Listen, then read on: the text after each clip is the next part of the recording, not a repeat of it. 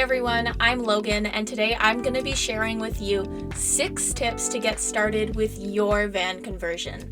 These are really practical tips that can help you in whatever phase of the build out or process you are in, from thinking about van life to building out the van itself. These are tips that are going to help you get where you want to be.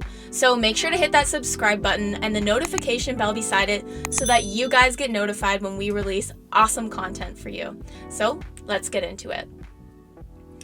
Number 1, know your intentions. Why do you want to live in a van? Do you want to live in a van to save money? Do you want to live in a van because it's a 1-year plan, a 5-year plan, a 10-year plan?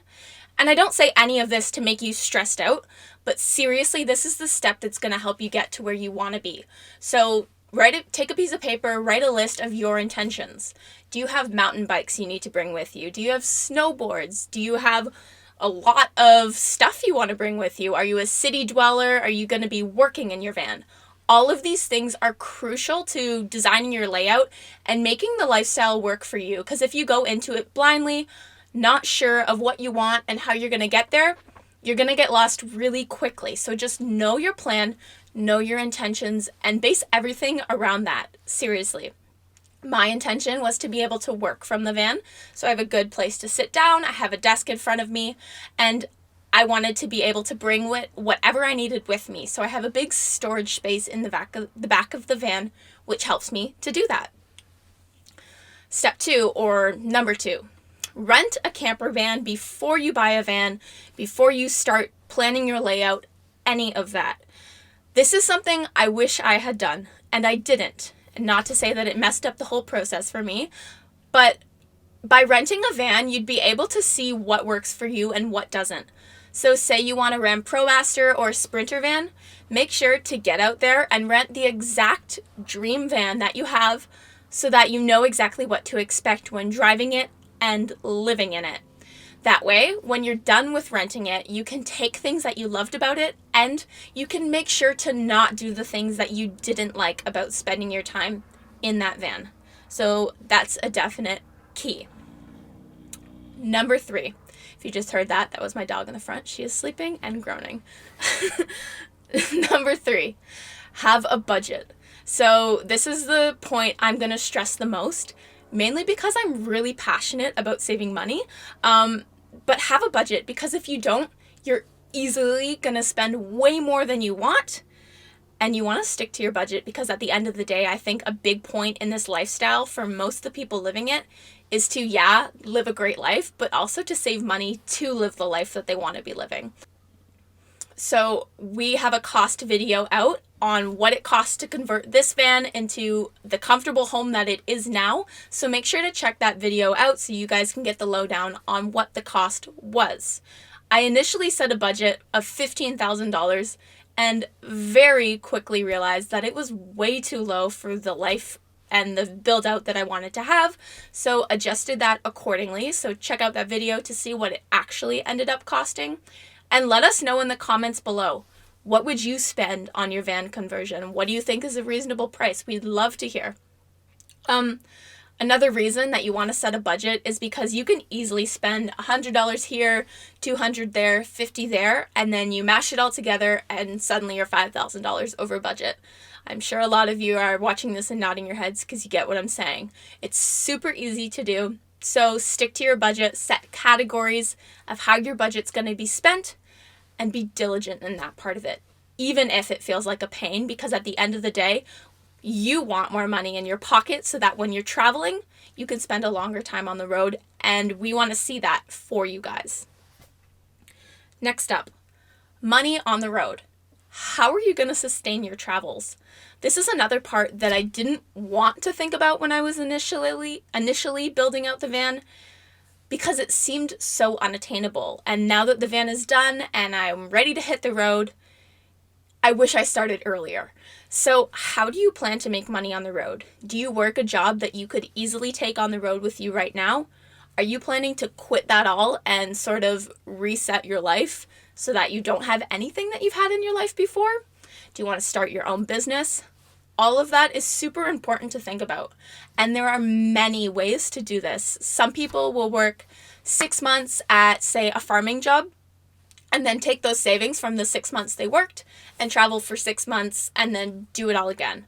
So it's not just a one size fits all for making money on the road, and there are many, many, many ways to do it. So start thinking about it and just know that you are capable of doing it no matter how far away it feels, because it felt really far away for me and suddenly it's working out. Number 5. Big one. Know your must-haves. So if you're into van builds and you've researched a lot about it, you'll hear the term must-haves, and that essentially means know the things that you need to have, period, end of story, in your van. So some of my must-haves, for example, were I needed a fixed bed. I did not want to be making my bed every single day, taking cushions and all of that stuff, puzzling it together. I just wanted to be able to lay in bed at the end of the night, no work involved. I wanted an oven because I like baking. I wanted a fridge because I was not down for the whole cooler thing, but if that works for people, awesome, you do you. I wanted a space for a bike. I'm not a big biker, but I would love to get into using my bike more often, so I made that a priority. And I wanted a toilet for emergencies in the middle of the night. These are some things that you might take with you and you might not use if you're building out your own van, but those were just my must-haves. And so I seriously recommend sitting down for half an hour and just like brain dumping or jotting down the things that you envision to have in your van and star the things that you must have in your van. So some other must-haves might look like a shower, which wasn't necessary for me, but if you know that you need a shower every day at the end of the day, you'll need a shower. And another must-have might be a hot water heater with that. So just think about the things that you need to live the life that you want to live comfortably. And build your van around these things. So I wanted a fixed bed. I made sure that the rest of my van worked with that fixed bed layout. So I didn't compromise on any of that. So, number 6, test your layouts. This is something that I did in my conversion process, and it really helped me get the layout that I wanted. So what do I mean by test your layouts? I mean, once you have your van or you know the exact dimensions of the van you're going to have, tape out on the van itself or on a floor in whatever space you're at with painter's tape exactly where everything plans to be. So if you want your bench here, tape out where your bench is going to be. If you want your countertop somewhere else, do the exact same thing over there. And then bring a friend over, or maybe you're doing this with a partner, and have your partner with you and spend 4 to 5 hours in that space together. Do things you normally do, walk around, hang out, whatever, but see how it feels. Does it feel crowded? Does it feel too small? And what do you need to shift around to make that space feel more livable? Of course, it's not going to feel like home immediately, like there's tape on the floor, but you'll be able to get a good idea and a sense of space and what you need to change and what you don't. So that's a special tip that will really help you out. And then you just take the tape off and move it around. Some people even make cardboard mock-ups of the space they're living in. I didn't do that because it would have taken a whole day to do anyway, but you can even make a cardboard countertop and bench and do all the things and see how it feels. So definitely test your space. So that's all the tips I have with you guys today. So 6 tips to help you get on the road and get your conversion done. I'll list them all out again so that you guys can write them down or whatever. 1, know your intentions.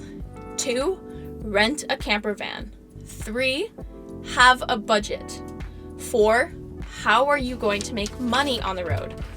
5, know your must-haves. And 6, test your layouts. That's it, guys. Those tips are really going to help you get an active start on making this work for you and getting on the road as soon as you can. Make sure to give us a thumbs up if you like the video, because it really helps get the word out to other people who are trying to do the same thing that you are or have the same interests as you. That way we can build a community together. We hope you enjoyed the video, and we will see you guys next week. Bye.